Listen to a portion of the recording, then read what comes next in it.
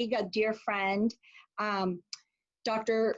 Manuel Burciaga, who has been an educator for over 20 years.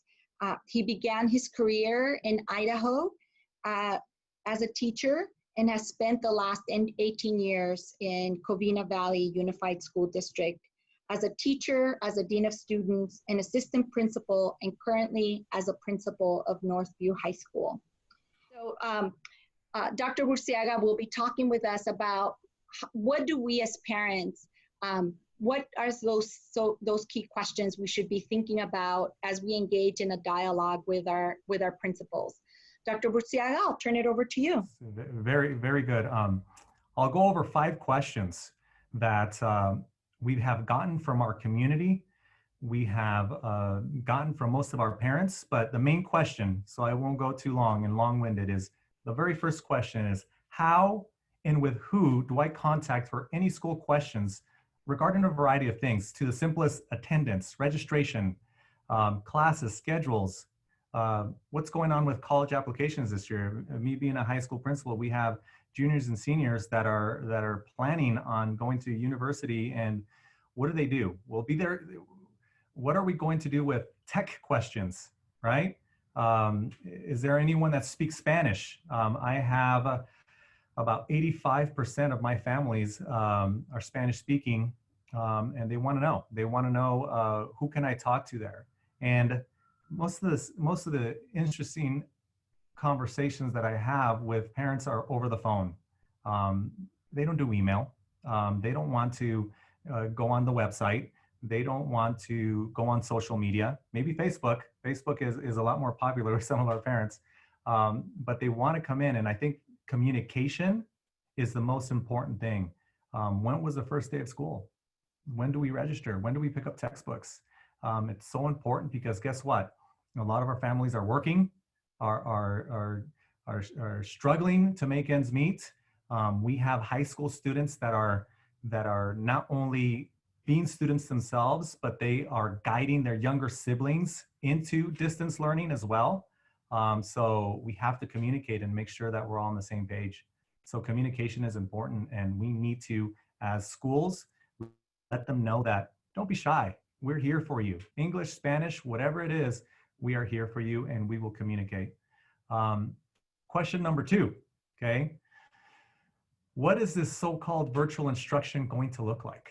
What does this look like? And I think for a lot of parents, including myself, is I need to know the schedule. What time do they start? How many classes are they taking? How much instruction are they getting per period? And the most important thing of all, how much homework are they getting? What kind of assignments are they getting? And you know, it's interesting because we know that high school students have electives, correct? And what are you gonna do for woodshop? What are you gonna do for sports medicine? How am I?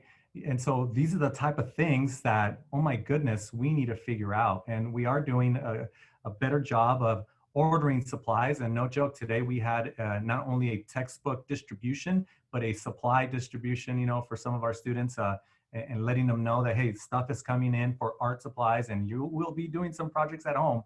But it's certain things that we never really thought about. With all this technology, there's still a lot of hands-on things. Now, number 3, what technology resources does the school provide? And we talked about my dissertation. My dissertation at the University of Southern California was on one-to-one device distribution and implementation, right? It's easier said than done. We've been very fortunate that our district is about 4 years here at Covina-Valley with one-to-one with all of our kids having Chromebooks. But even then, some of our kids, the digital divide is real. The digital divide is real. And hotspots, we're offering hotspots. We're working with local cable companies to try to help us out.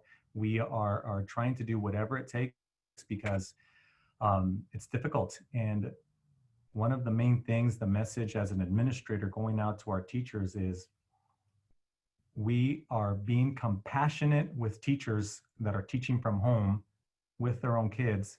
So please be compassionate with our students as well. If they can't get on because of a technology issue, let us know. Please don't mark them absent. Please don't, late work, and so forth. Because if we can all be compassionate with each other, we can definitely be compassionate with our community. So moving on to question number 4, are students and parents receiving updates and communications regularly? And what does that look like? We've talked about how parents don't do email, right? But kids do. And so we decided as a school, as a district, to go ahead and empower our student body. And for the first time ever, give them their own Google email, their Gmail, right? And that has been working out because they feel empowered. The communication is there.